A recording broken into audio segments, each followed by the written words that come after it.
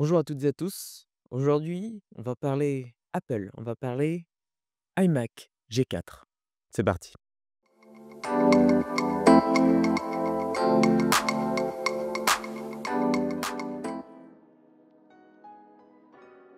Donc, on va parler de cet iMac, on va parler de cet iMac. Donc, tout d'abord, en ce qu'il était pour son époque, son design, ce qu'il a apporté technologiquement et techniquement en termes de nouveautés par rapport à l'iMac G3, dans quel contexte il est sorti, pour quel usage. Et enfin, on finira par un petit tour d'horizon. Il est juste là. Pour voir, ce que ça donne, on va dire. C'est parti. Privileged to now present to you the new iMac.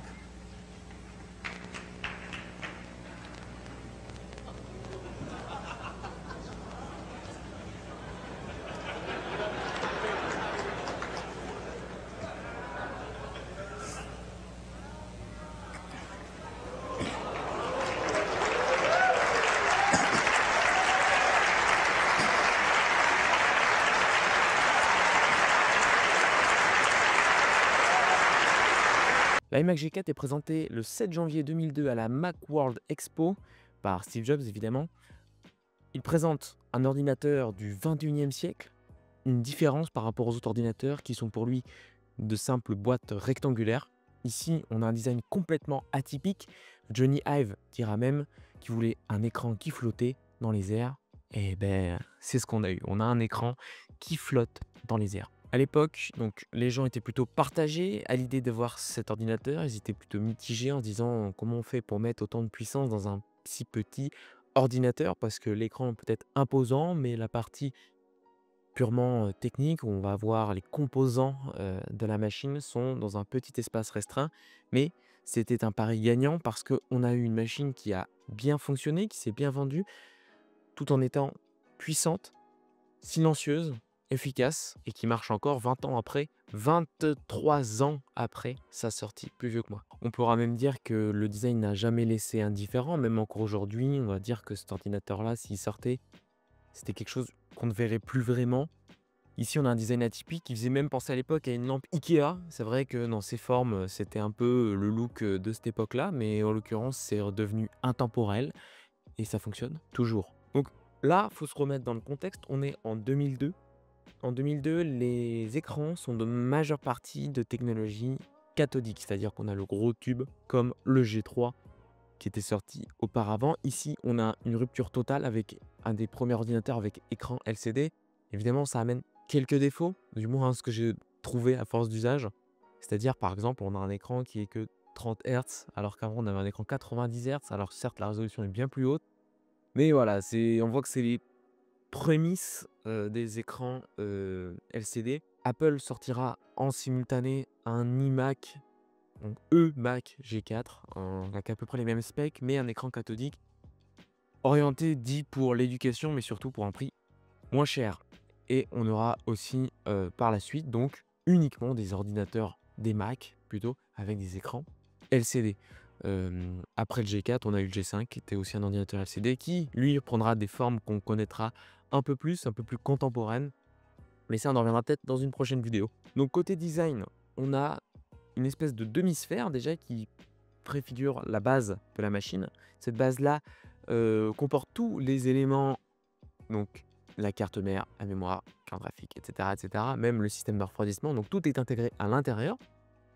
On a évidemment le lecteur CD, tous les ports qui sont sur le côté. On fera un petit tour après. On a évidemment le fameux bras articulé. Le bras articulé, donc, qui est vraiment la spécificité et qui lui vaudra son surnom, le tournesol. On peut le tourner quasiment à 360 degrés dans toutes les positions que l'on veut, ainsi qu'évidemment son écran LCD, ses contours en plastique transparent. Évidemment, son clavier, sa souris, qui sont venus à l'époque aussi, étaient dans l'air du temps avec un design tout aussi contemporain pour l'époque. Donc c'était le nouveau clavier d'Apple, je n'ai pas le nom tout de suite, vous le verrez tout de suite à l'écran, avec sa souris pareil transparente. Et enfin, les Pro Speakers que moi j'ai réussi à dégoter. Ces enceintes qui étaient sorties à l'époque, qui étaient optionnelles, qu'on pouvait acheter séparément. Donc voici une image à quoi ressemblait à l'époque. Moi j'ai perdu la partie avant, j'ai pas pu la trouver, mais je suis pas le seul, on va dire. Enfin, cette machine-là fut aussi une des premières, si ce n'est pas la première, à introduire macOS X. Donc là, on va pas faire un petit topo, etc. Mais macOS X avec toutes ces idées révolutionnaires qui changeaient de macOS 9. Cette machine est sortie sous macOS 9. La première version et les premières versions sorties sur macOS 9. Cette machine-là, je l'ai eue sous macOS 9. Malheureusement, elle a été bloquée. Je n'avais pas les supports d'installation pour réinstaller macOS 9. Donc j'étais obligé de réinstaller un macOS X avec les gens qui seront pour en parler en commentaire, où j'ai dû réinstaller avec le FI intégré à la machine via une clé USB parce que je n'avais pas les disques d'installation. Malheureusement, seul disque d'installation que j'ai, c'est celui-là. Et on va dire que je crois que ça marche pas. Je sais pas, faudrait que j'essaie. Ça doit vraiment fonctionner uniquement avec le G3. Maintenant, on va passer à la partie caractéristiques techniques. Donc là, je connais pas par cœur, donc je vais lire ma petite fiche où il y a marqué les caractéristiques techniques. Donc ici, on était sur un ordinateur dit PowerPC avec l'architecture PowerPC qui a été lancée avant que Steve Jobs revienne et qui a été gardée du G3 jusqu'au G5. Donc jusqu'à quasiment 2004-2005, je mettrai les dates. Donc cette architecture était conçue avec IBM et Apple, je crois. Une espèce de collaboration. Vous pouvez me corriger dans les commentaires, hein, je suis encore que novice dans ces vieux Mac. Donc ici on avait un PowerPC G4, donc on avait like de 700 MHz à 1,25 GHz, évidemment on est sur un monocœur. On avait en mémoire de 128 mégaoctets jusqu'à 1 gigaoctet de mémoire en DDR, évidemment. Enfin on avait des disques durs, et là c'était cool, on est passé de 40 Go, je crois qu'ici on est sur 40 Go, jusqu'à 80 gigaoctets. Un lecteur CD-DVD dit Super Drive à l'époque chez Apple, parce qu'évidemment, il faut toujours qu'il y ait un nom sur les choses qui n'existent, sur d'autres noms. Enfin, on avait des cartes graphiques NVIDIA GeForce. Donc là, j'ai la NVIDIA GeForce 2 MX ou GeForce 4 MX, selon les configurations, évidemment. Donc, à l'époque, on va dire que c'est une machine relativement puissante. Évidemment, il faut penser qu'on est sur un petit boîtier, petit format. Donc, dit petit format, dit machine moins puissante. Si on voulait une machine vraiment ultra performante pour l'époque, on avait le Power PC, Power Mac. Voilà, le Power Mac G4. Image. Et enfin, une autre caractéristique technique, on va dire qu'on pourra écouter tout à l'heure, c'est son silence qui est flagrant. Cette machine ne fait pas un bruit. On entend un léger bruit de ventilateur. Faut pas oublier qu'elle a 23 ans. Donc, il faudrait peut-être relubrifier un petit peu le ventilateur. Mais à part ça, on est sur une machine qui est vraiment très, très silencieuse. J'allais oublier, cet ordinateur est aussi un des premiers à avoir intégré le Wi-Fi, les cartes AirPort. Alors c'était une option évidemment à l'époque, c'était pas le premier ordinateur à avoir intégré de base, je crois que c'était un MacBook qui arrivait un peu plus tard. Là, on est sur des premiers ordinateurs compatibles AirPort parce que faut pas oublier, Apple était l'une des premières firmes mondiales technologiques à lancer le réseau, on va dire Ethernet sans fil Wi-Fi. Donc cette machine est compatible, moi je ne l'ai pas, mais on a un petit port en dessous quand on dévisse la plaque arrière, où on peut rajouter cette espèce de carte dans un espèce de slot dédié. Donc, petite aussi partie sur le succès de cette machine. Cette machine donc, est sortie en 2002 avec des prix commençant de 1 299 $ pour la plus petite option jusqu'à 1 799 $. Voilà, on connaît Apple, hein, ça a toujours été très cher, hein, même à l'époque. Voilà ce que ça fait aujourd'hui en euros actuels. On va dire que le succès a été plutôt modéré parce qu'on reste sur une machine puissante qui a séduit certaines personnes pour sa puissance, mais aussi évidemment les aficionados d'Apple à l'époque qui existaient déjà. Et évidemment, le côté design qui était très attrayant. Bien que le succès commercial ne fut pas vraiment au rendez-vous, on est sur une machine qui a quand même marqué son époque, marqué Apple, comme quoi c'est une firme qui est là, notamment pour le design. Après le choc du G3, on est le choc du G4. Voilà, vraiment on est sur deux machines qui ont vraiment marqué leur époque. Donc, on est sur mon iMac G4. Cet iMac G4, ici présent, je l'ai trouvé sur Le Bon Coin à un prix très attrayant de 50 €, ce qui est vraiment beaucoup moins cher de son prix de base à l'époque. Je l'ai même trouvé en boîte, mais je l'ai déplié la boîte, j'ai la flemme de la remettre pour vous la montrer. Voilà. Donc, je l'ai trouvé avec sa souris, que voici. On est un peu sous-éclairé à cet endroit-là, mais c'est pas grave. Son petit clavier qui est ici, je vous ai montré en photo tout à l'heure. J'ai acheté par la suite les deux petites enceintes qu'on a là et là. Et enfin, évidemment, le iMac. Donc cet iMac là, vous l'avez remarqué, c'est pas la version de base avec son écran 4 tiers. Ici, on est sur un écran 16:10 ou 16:9, je sais plus exactement. On est sur une version 800 MHz du PowerPC G4 avec 768 mégaoctets de mémoire. Donc je sais pas du tout s'il a été modifié. Si vous avez des infos, dites-le moi. Si on est sur macOS X 10.4.11, c'est une des versions supportées par cette machine. N'est pas la dernière, il me semble, mais c'est la première, comme je l'ai dit tout à l'heure, qui intégrait le démarrage via clé USB pour l'installation. Bref, on va regarder les petites infos importantes qu'on a sur cette machine.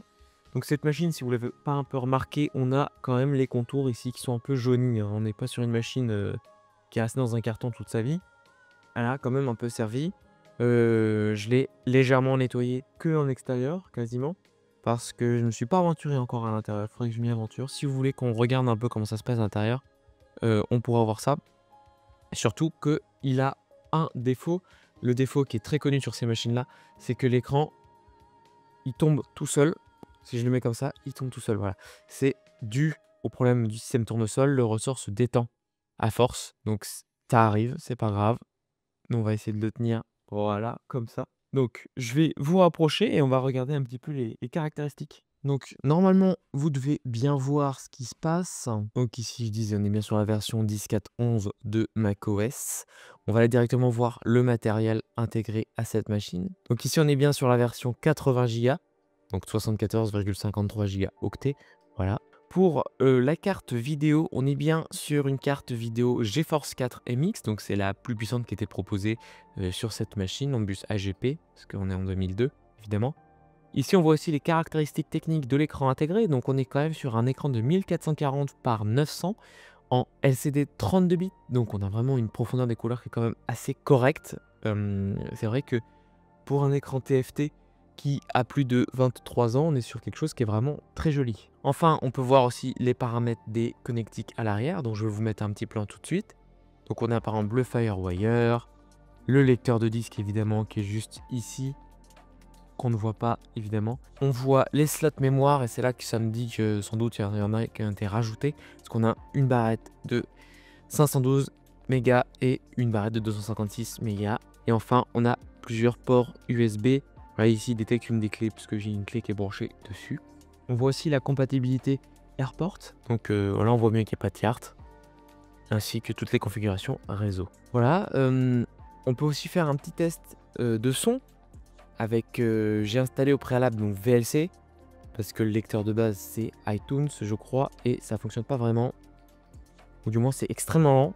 Alors que VLC est un peu plus rapide. Voilà. Normalement, je dois avoir un média là-dedans. Donc là, on peut voir déjà qu'il y a quelques petits trucs que j'ai testés. Si vous avez d'autres conseils, notamment des choses qu'on pourrait essayer, par exemple des vieilles versions de Photoshop, ou aller naviguer sur le web sans TensorFox, car ça marche plus vraiment, n'hésitez pas à le mettre en commentaire, évidemment.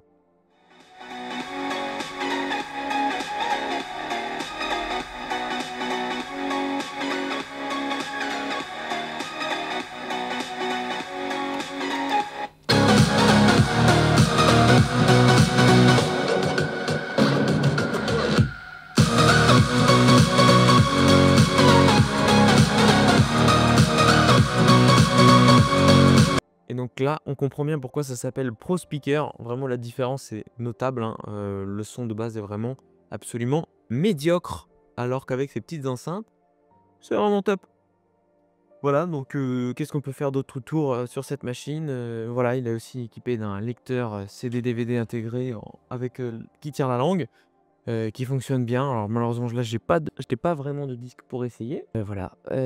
Ensuite, évidemment, si vous avez des idées de tests que l'on pourrait effectuer avec cette machine, parce que je ne suis pas vraiment encore penché dessus, je vais pas vous mentir, n'hésitez pas à le mettre en commentaire, qu'on teste des choses amusantes, des jeux d'époque, si vous avez des vieux jeux, etc., des recommandations, qu'on essaie, je sais pas, des anciennes versions de Photoshop par exemple. C'est possible sur cette machine-là, vous avez qu'à le mettre en commentaire, et j'essaierai de faire une petite vidéo où on va essayer de faire 2-3 bricoles dessus. Pour conclure, on peut dire que l'iMac G4 a eu une histoire assez mouvementée, étant vu comme un ovni pour certains, une innovation majeure pour d'autres. Je vous laisse donner votre avis en commentaire. Si vous avez des idées de ce qu'on pourrait faire avec des petits tests, des petites expériences qu'on pourrait tester avec cette iMac G4, je vous laisse le taper en commentaire. Et sur ce, je vous dis à la prochaine. J'espère que ça vous aura plu. N'hésitez pas à mettre un petit pouce bleu et à vous abonner à cette chaîne YouTube qui va normalement refaire du contenu. À la prochaine.